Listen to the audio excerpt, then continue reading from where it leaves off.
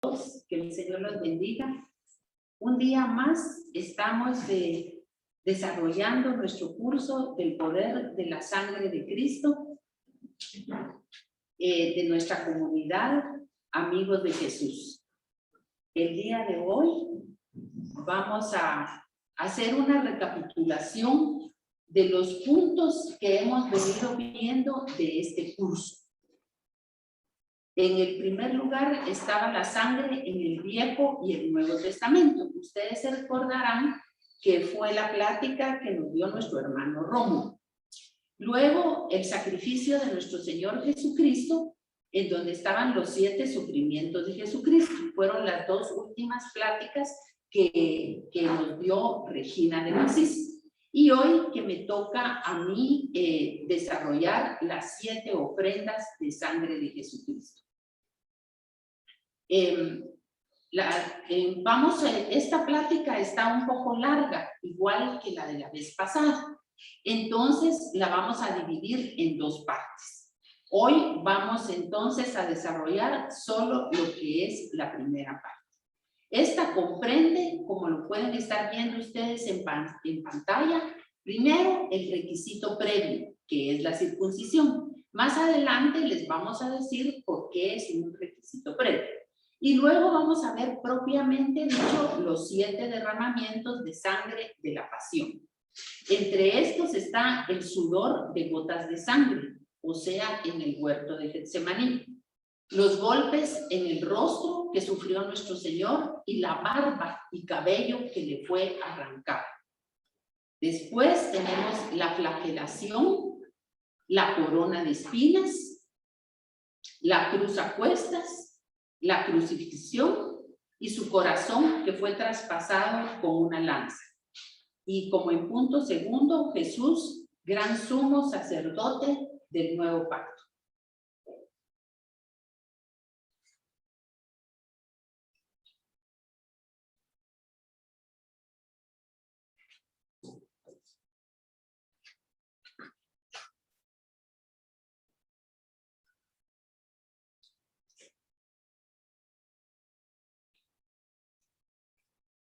Estamos aquí ahorita un momentito con problemas de nuestro equipo, pero ya vamos a solucionarlo y vamos a seguir adelante.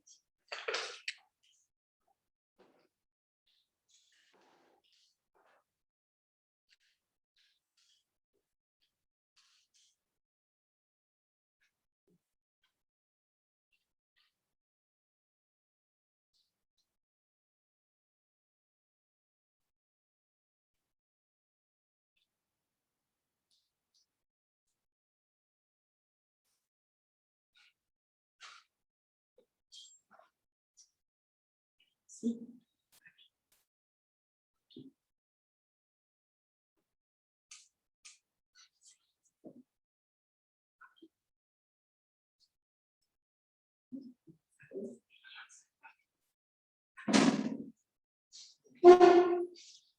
Perdonen la interrupción.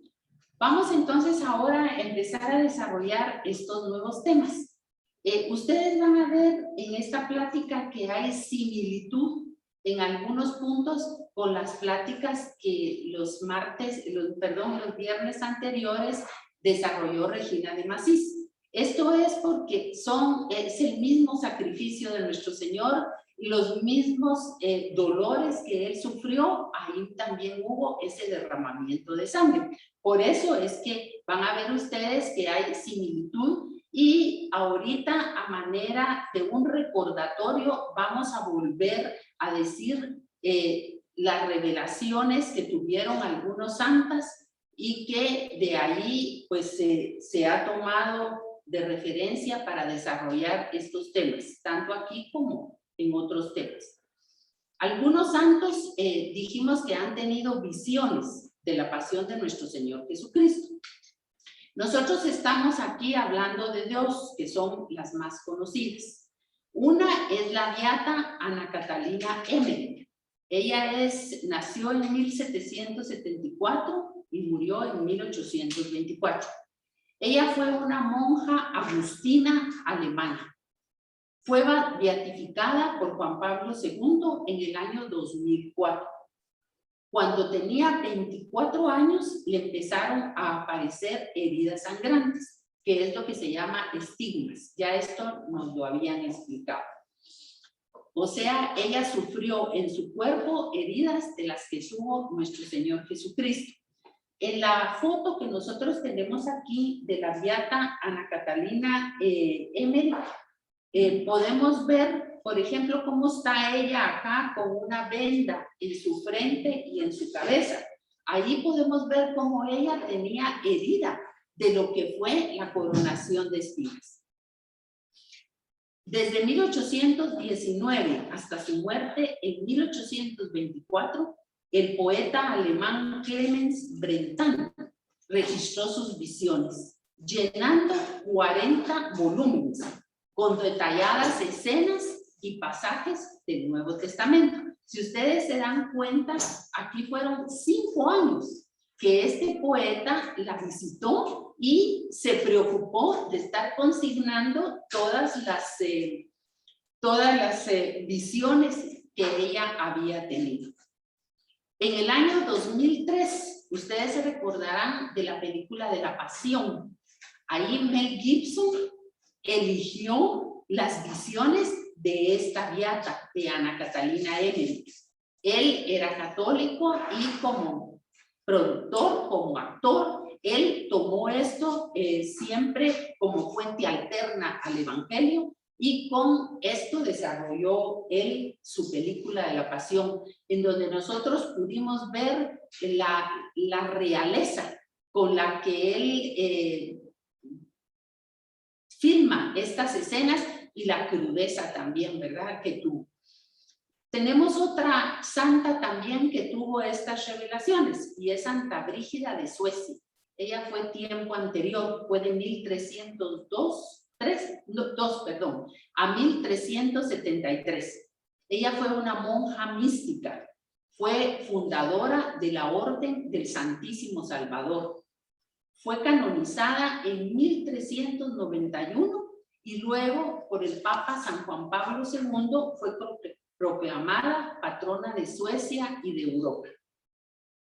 Ella fue una mujer casada, tuvo hijos, pero cuando su esposo murió, al tener ella 42 años de edad, empezó a tener visiones y entonces ingresó a un monasterio. Desde 1344 hasta su muerte en 1373, comunicó todas sus visiones al prior del monasterio de Albastra. Este señor se llamaba Pedro, quien las consignó por escrito en latín. Si ustedes miran aquí, fueron casi 30 años por uno. No llegamos a los 30 en donde ella tuvo estas visiones y pues las fue comunicando. El libro de sus revelaciones dice que fue publicado por primera vez en 1492. Yo dije cuando Colón vino a la América. Y se conoce también su oración de los 7 derramamientos de la preciosa sangre de Jesús. También se le llama ofrenda de las santas llagas. En base a esta oración de los 7 derramamientos de la preciosa sangre es que estamos basando el contenido de esta charla el día de hoy. Queremos recalcarles que las visiones de estas dos santas monjas no son dogmas de fe, pero nos pueden dar un mejor entendimiento del sufrimiento que nuestro Señor tuvo durante su pasión. Yo al leer todas estas visiones que tuvieron estas dos santas, puedo ver y decir, pero qué grande el amor de Dios para cada una de nosotras, mis hermanas. De verdad, un amor que no tiene límites, porque sufrió hasta donde nosotros no podemos imaginar. Si con una pequeña cosa a veces nosotros nos quebrantamos y ya no podemos más, imagínense cuánto nuestro Señor sufrió, que ya lo vimos el viernes pasado, y vamos hoy, como les decía antes, a volverlo a indicar. Los 4 evangelistas no describen mucho de los detalles, de esos sufrimientos, de esos suplicios que el Señor sufrió. ¿Pero por qué? Porque el propósito principal de los evangelios no era darnos todos los detalles, sino que al contrario es transmitir el mensaje de la buena nueva. Que nosotros podamos comprender el mensaje de la salvación que ellos traen y que ya sabemos que su autor es el Espíritu Santo. Hacemos referencia a las visiones de estas dos santas monjas, con el único propósito, como les estaba diciendo, de entender la magnitud del sufrimiento con el que pasó Jesucristo en su sacrificio máximo y final.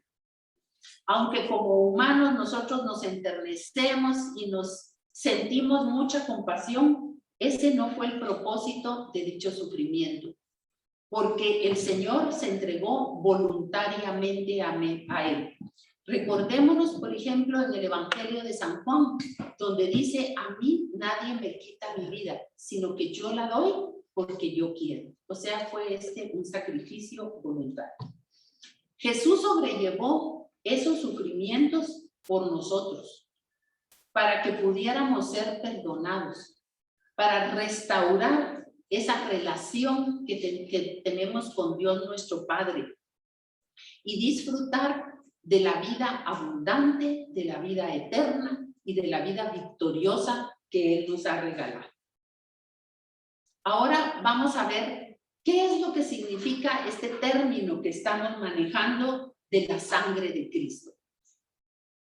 La frase, la sangre de Cristo, que es muy usada, muy oída, esta es una expresión usada en el Nuevo Testamento, que significa la muerte sacrificial y la obra completa de expiación que nuestro Señor hizo en favor nuestro.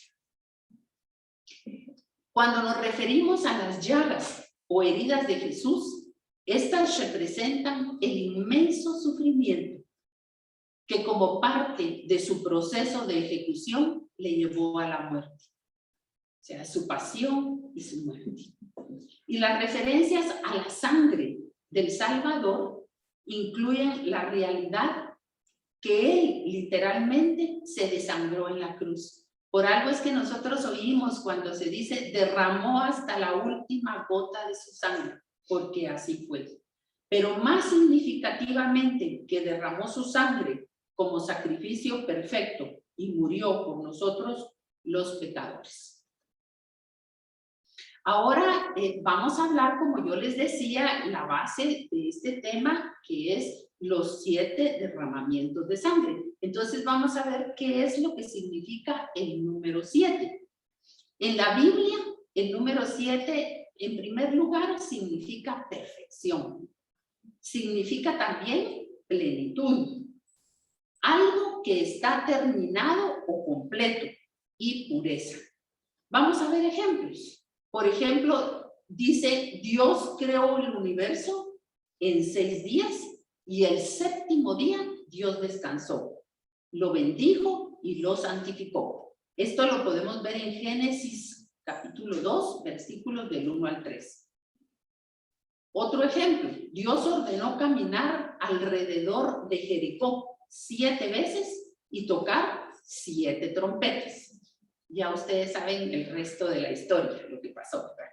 Luego, Dios ordenó al leproso Naamán bañarse en el río Jordán 7 veces. Si ustedes se recuerdan, fue por medio de Eliseo, ¿verdad?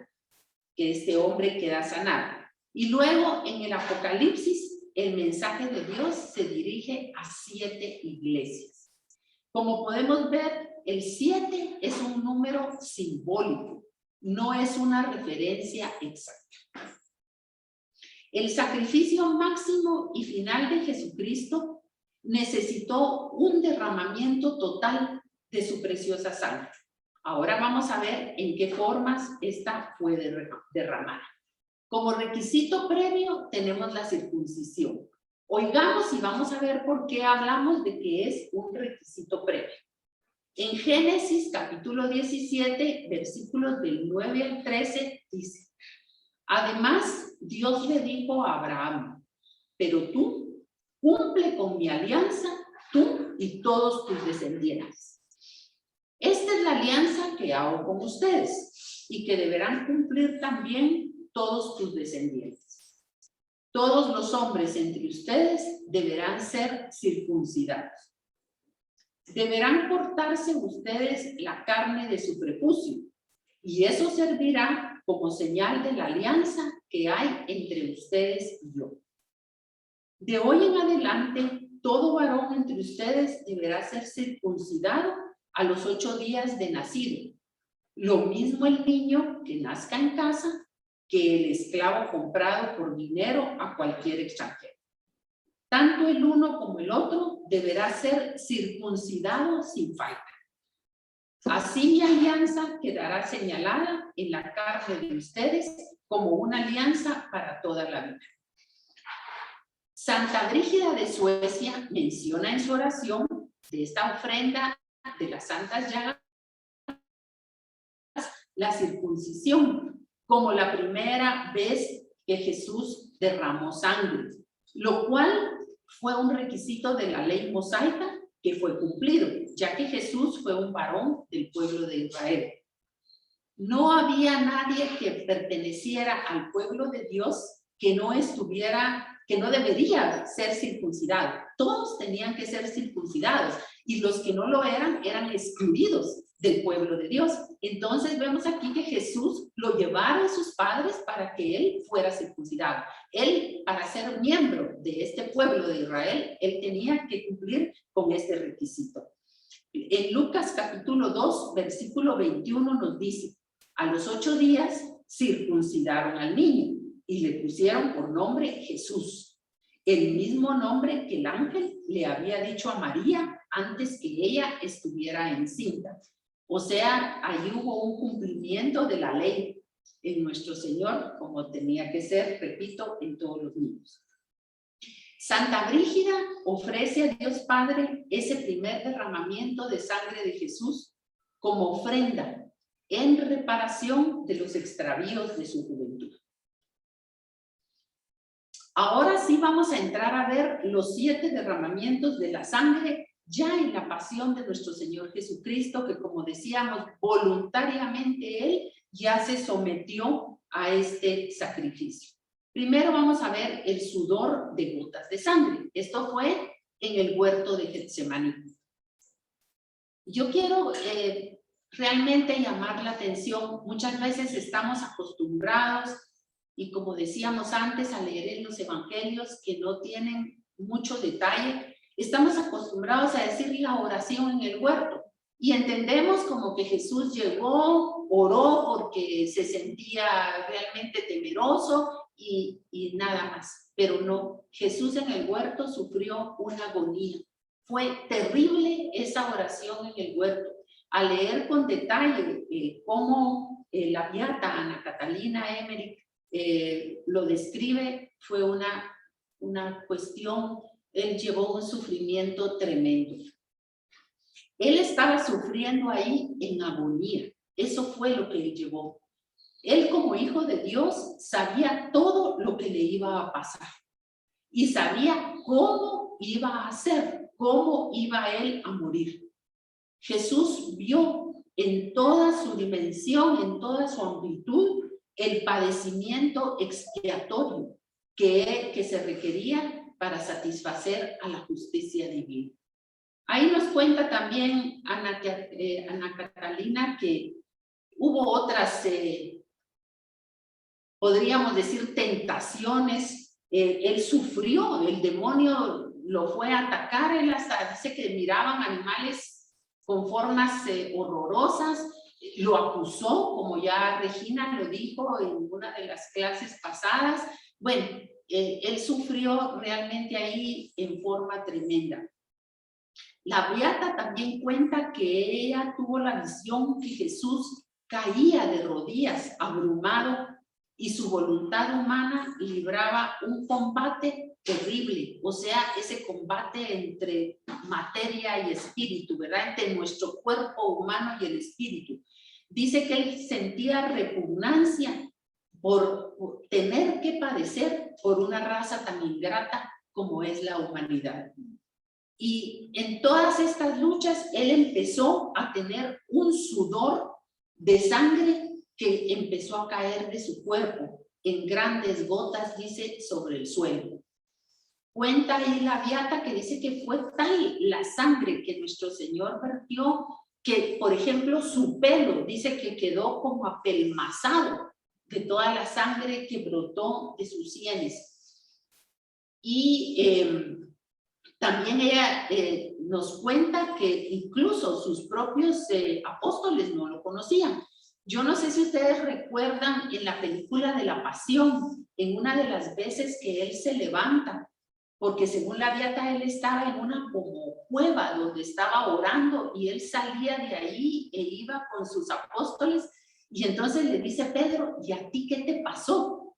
Porque claro, lo vieron empapado en sudor, en sangre, realmente desconocido de lo que la lucha que él había librado.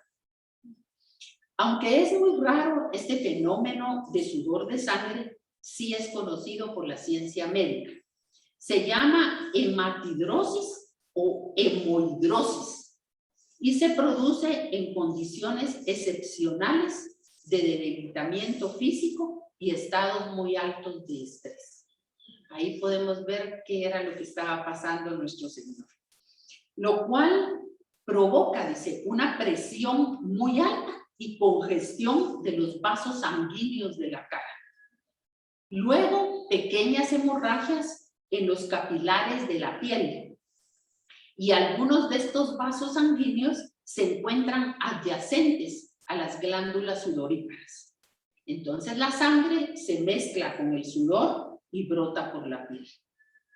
Esta es pues la primera pérdida de sangre que experimentó Jesús. Aproximadamente dice que vertió de 150 a 200 mililitros de sangre aquí en la oración en el huerto.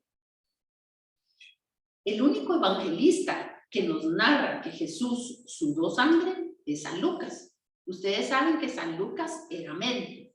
Entonces él comprendió el grado de sufrimiento que provocó este sudor de sangre. Santa Brígida ofrece a Dios Padre este derramamiento de sangre del sudor de Jesucristo como ofrenda en reparación de sus durezas de corazón y de las del mundo entero. Luego vamos a pasar al segundo derramamiento de sangre, que son los golpes en el rostro y la barba arrancada. Vamos a ver qué dice el Evangelio según San Marcos, en el capítulo 14, versículos del 63 al 65, de la versión Dios habla hoy. Entonces el sumo sacerdote se rasgó las ropas en señal de indignación y dijo: ¿qué necesidad tenemos de más testigos?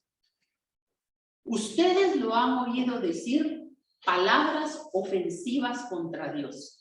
¿Qué les parece? Todos estuvieron de acuerdo que era culpable y debía de morir. Algunos comenzaron a escupirlo, a taparle los ojos, dice que le ponían un velo, que se lo ponían y se lo quitaban y lo golpeaban. Y le decían: adivina quién te pegó. Y los guardianes del templo le pegaron en la cara. Esto sumado a que dice que, pues, la beata Ana Catalina, que lo insultaban, lo golpeaban de todas maneras y especialmente, pues, en su cara. Y como vamos a ver, su cabello y su barba.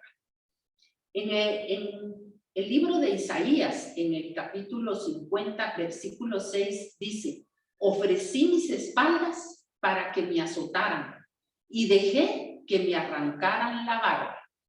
No retiré la cara de los que me insultaban y escupían. Entonces aquí podemos ver que es el cumplimiento de la profecía de Isaías, que el Señor pasa por esto. Fíjense que en la ley levítica los judíos tenían prohibido cortar la punta de la barba, porque dice que entre los idólatras este era un acto de devoción, ¿verdad? Saber en qué creencias ellos se cortaban la punta de la barba. Para los judíos no era así, porque en Levítico 19:27 estaba la ordenanza: no se corten el pelo en redondo, ni se recorten la punta de la barba. Los monumentos asirios que tienen figuras ahí de eunucos, dice que a ellos los ponían sin barba. Pero para los hebreos no, para ellos una barba abundante, una barba rizada era un símbolo de hombría y un adorno muy preciado para ellos. Y el ser privado de ellos era una gran infamia. Vamos a ver en este ejemplo que les voy a leer cómo se sentían ellos cuando perdían la barba. En la segunda de Samuel, capítulo 10, versículos del 4 al 5, nos dice: entonces Hanún ordenó que apresaran a los oficiales de David y que les afeitaran media barba y les rasgaran la ropa por la mitad. Y después los despidió. Cuando David lo supo, mandó que fueran a recibirlos, porque estarían sumamente avergonzados, y que les ordenara quedarse en Jericó hasta que les creciera la barba y que entonces regresaran.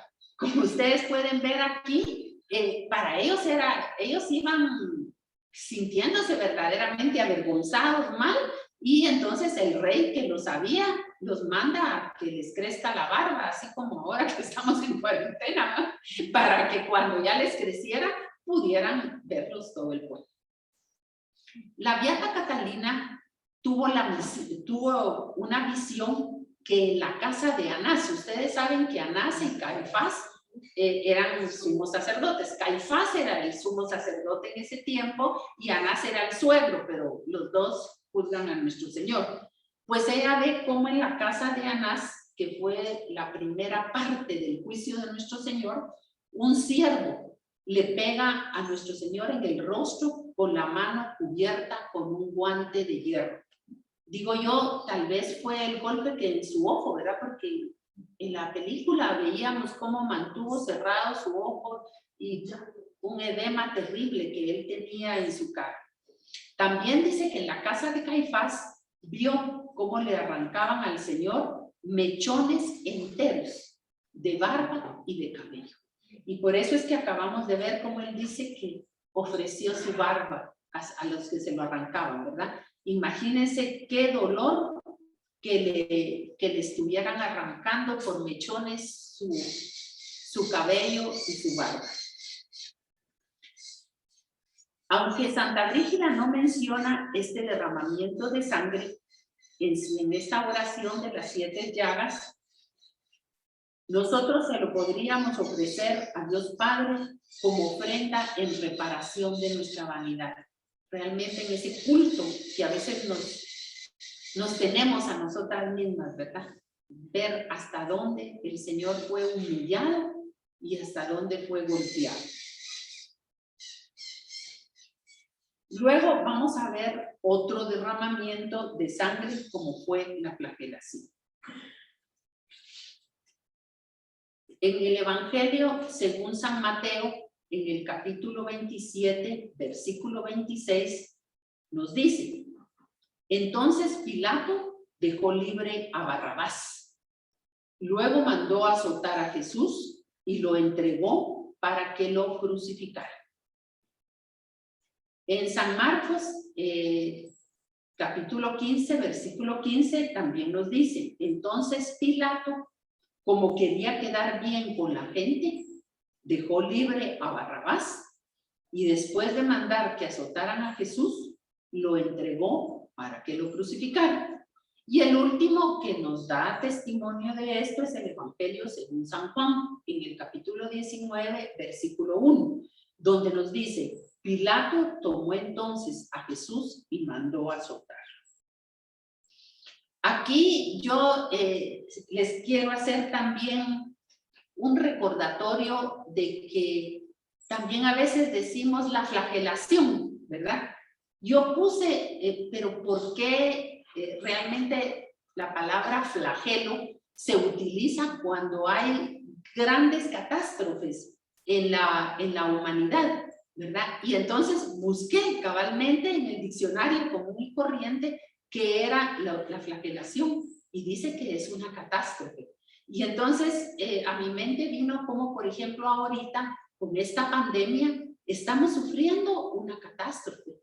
Estamos sufriendo realmente ese flagelo que está diezmando a la población y que nos ha hecho sufrir en una serie de formas, ¿verdad?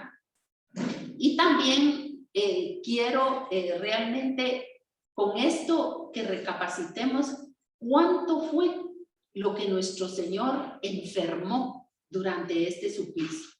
Ya en la clase pasada, Regina nos decía cómo al Señor lo habían azotado con diferentes instrumentos que usaban de castigo.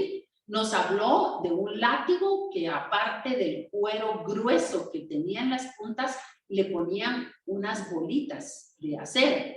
También nos habló de otro en donde indicaba que las terminaciones del azote iban con huesos, así como huesos de pollo. Entonces podemos ver qué crueldad más grande y qué dolores los que nuestro Señor llevó en esto. No lo flagelaron solo las espaldas, sino que lo flagelaron de ambos lados. Las manos dice que se las ponían atadas a una columna y entonces quedaba la víctima a merced de ellos, y a nuestro Señor fue por delante y por detrás. La Biblia no nos menciona más detalles, ni nos menciona cómo fueron estos detalles, solo como habíamos ya leído, mandaron azotar a Jesús. Pero no podemos entender solo con lo que vemos aquí hasta dónde fue la magnitud de este sufrimiento. Dice que los judíos tenían 40 azotes menos uno, porque sabían que en el 40 la víctima se les podía morir. Los romanos dicen que se destacaron por su crueldad. Eran unos hombres de lo peor, pues, y ellos ya se imaginan con qué rabia, con qué falta de compasión más grande, ellos se dedicaron, pues, como esbirros a cumplir la orden que tenía de azotar a Jesús con toda crueldad. Aquí van a ver ustedes un cuadro que tenemos donde, según estudios médicos de este suplicio, lo que nos dicen que puede pasar en la flagelación. Si ustedes miran primero, está dividido en dos partes. En una nos habla del trauma torácico, en donde están involucrados riñones, pulmones y corazón. Y por el otro lado tenemos un trauma, músculo cutáneo. En el primero, o sea, el trauma torácico, nos habla que de parte de lo que son los riñones se sufre un edema intersticial.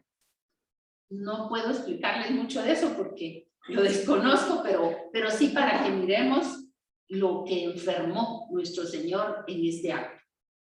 Pulmonar, dice, hipoventilación, o sea que el aire llega menos de lo que requerimos. Hay hipercapnia e hipoxia. En la hipercapnia dice hay acidosis respiratoria y la hipoxia acidosis láctica. Y estas dos dan acidosis mixta descompensada. Luego, en lo que es cardíaco, tenemos pericarditis, o sea, eso entiendo yo que se inflama la membrana del corazón, ¿verdad? Taquicardia y trastornos en el ritmo cardíaco, o sea, Imagínense la taquicardia, cómo se dispara el corazón a más de su tiempo normal, y también puede haber fallo cardíaco.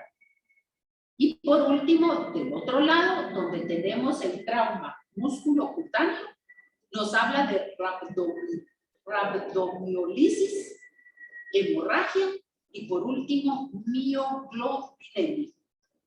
Y también hay en la rabdomiosis una hipercalemia. Si nosotros vemos aquí, yo pienso, nuestro Señor iba golpeado, había sufrido ya vejaciones, pero no iba a tal punto como al pasar por esto, se dan cuenta ustedes que su cuerpo enfermó de una manera severa, ¿verdad? Y nos dice la beata Catalina que él sufrió desmayos durante todo este acto de la flagelación. Fueron momentáneos, pero él tenía pérdidas de conocimiento momentáneas, su cuerpo temblaba terriblemente al sufrir este castigo, que ha de haber sentido unos dolores, pero de verdad que no nos los podemos, pero ni siquiera imaginar. Y según las visiones de ella, dice que fueron 45 minutos lo que tardó la flagelación de nuestro Señor, como les digo, todo el cuerpo y por ambos lados. Esto le causó desgarramiento de los músculos de la espalda. La beata Catalina relata que al finalizar, Jesús quedó desfallecido sobre un gran charco de su propia sangre. Cuando lo llevaron de nuevo con Pilatos, sus pies fueron dejando huellas de sangre en todo el camino. Y yo me preguntaba, ¿pero cómo pudo caminar? Miren, él ha de haber ido destrozado, de verdad. ¿Cómo todavía pudo llegar de nuevo a presentarse ante Pilato? ¿Verdad? Ha de haber sido una cosa terrible, de veras. Dice esta beata Catalina que los músculos de su espalda parecían cortinas. Así lo vio ella. Aquí vamos a ver en esta foto las manchas que hubo en la sábana santa de Turín. Allí pueden ver ustedes cómo se mira por delante y cómo se mira por detrás todas las heridas que tuvo. Y no fueron heridas solo por fuera. Estas heridas en la flagelación no fueron solo, podríamos decir, a flor de piel. No, penetraron. Imagínense con estas bolitas de acero, qué daño le harían a sus articulaciones, a sus huesos, sus músculos. Bueno, fue una cosa terrible. Aquí lo pueden ver ustedes cómo quedó. Parece como que lo hubieran pintado con todas estas heridas. Santa Brígida, como es una oración del derramamiento de sangre de nuestro Señor, ella lo ofrece. Este derramamiento de sangre en la flagelación, ella lo ofrece en reparación de sus pecados de la carne y de los del mundo entero. Luego de que vemos esto de la flagelación, pasamos a la coronación de espinas. En el Evangelio, según San Marcos, capítulo 15, versículos del 16 al 19. De la versión Siempre Dios Hablado. Dice, los soldados llevaron a Jesús al patio del palacio, llamado Pretorio, y reunieron a toda la tropa. Imagínense reunir a toda la tropa con un hombre que estaba ya en buena parte acabado, que no llevaba nada, era indefenso. Pilato sabía que era inocente y sin embargo reúnen ahí a toda la tropa. Porque según escuché yo un tiempo oír a un sacerdote que decía que era una diversión que les daban a toda esta gente de malas entrañas, ¿verdad? Para que con los reos que iban a crucificar se divirtieran. Y entonces ellos, por supuesto, buscaban de cada uno en qué forma iban a divertirse, en qué forma iban a pasar ellos, entre comillas, ese buen rato, ¿verdad? Como nuestro Señor sabían que la causa de su condena era porque había dicho que era hijo de Dios, que él era rey, Recuérdense que a Pilato le pregunta, ¿tú eres rey? Y él le dice, tú lo has dicho, yo soy rey. Entonces, para ellos, esa fue la causa para hacer sus bromas, para hacer este juego mortal que ellos hacían, ¿verdad? Entonces, dice que le pusieron una capa de color rojo. Aquí quiero hacerles llamar la atención. La Beata Catalina dice que esa quitada de la ropa que el Señor tenía, donde estaba carne viva, que le rozaba la ropa, y luego quitársela para después volvérsela a poner, dice que fue para él también casi como pérdida de su conocimiento. Y le pusieron encima esta capa roja, de la que es la que nos habla aquí el Evangelio según San Marcos, que dice, los soldados llevaron a Jesús al patio del palacio llamado Pretorio y reunieron a toda la tropa.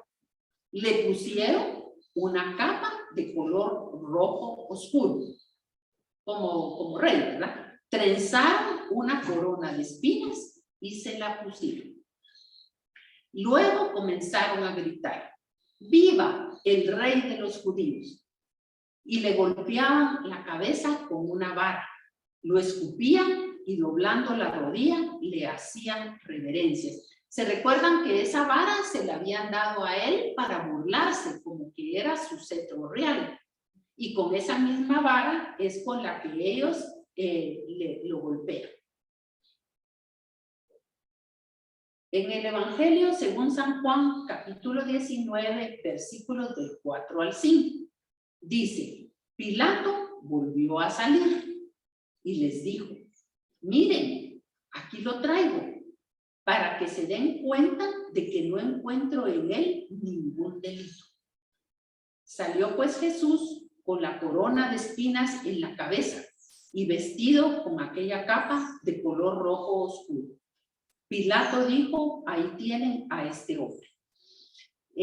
Según pude leer yo en la Biblia, dice que según San Juan y según San Lucas, ellos recalcan en que Pilato no quería condenarlo. Ahora, San Mateo en su Evangelio y San Marcos, ellos pues lo toman como que sí, ¿verdad? Que sí lo quería condenar. De todas formas, la historia fue que queriendo o no queriendo, lavándose las manos o no lavándose, él se los entregó para que lo crucificaran, ¿verdad? Y ya sabemos la historia, que se lavó con agua las manos para decir que no era culpable de la sangre de él. Regresemos entonces a lo que es esta coronación. Según las manchas de sangre en las sábanas santas de Turín, la corona dice que no tenía la forma que estamos acostumbrados a ver en las imágenes, solo en una forma circular, sino que esta era un casco. Se le pueden contar a la sábana 33 heridas en el cuero cabelludo y frente. Y dado que en la sábana no se ven los laterales de la cabeza, se estiman que fueron aproximadamente 50 heridas. Aquí podemos ver la foto. Aquí también está de frente y por detrás. Y aquí podemos ver nosotros cómo aquí en la frente y parte de su cabeza se miran las heridas que él sufrió.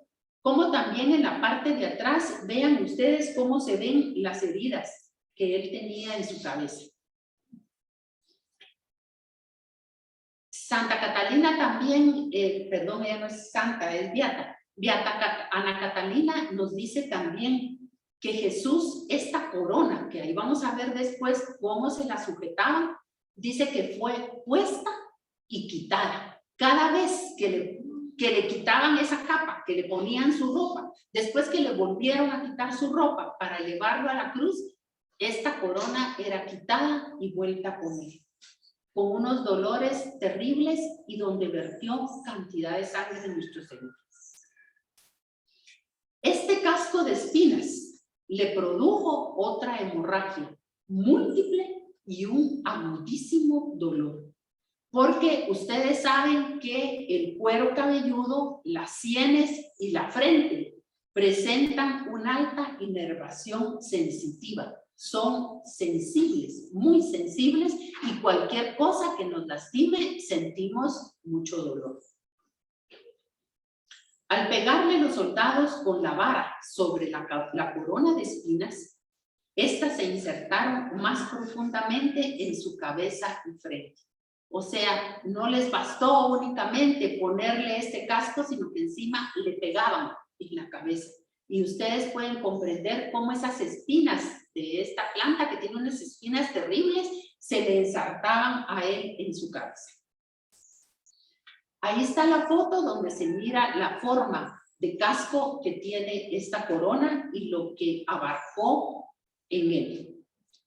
Las espinas, al estar continuamente clavadas y con ligeros movimientos, mantuvieron las heridas abiertas, evitando que el proceso natural de coagulación formara trombos sanguíneos para tapar las heridas, por lo cual la hemorragia continuó sin detenerse. Esta beata, pues ahí muestra a ella que dice que varias veces ella vio como nuestro Señor, en lo que podía, porque tenía sus manos atadas, se limpiaba la sangre, pues lógicamente no podía ya ni ver de la cantidad de sangre que vertía. Incluso ella ve una de las veces que con su ropa él se limpia. Según estas visiones, ella dice que este casco de espinas fue atado y apretado fuertemente en la cabeza. ¿Se dan cuenta? No solo iba así, estaba atado.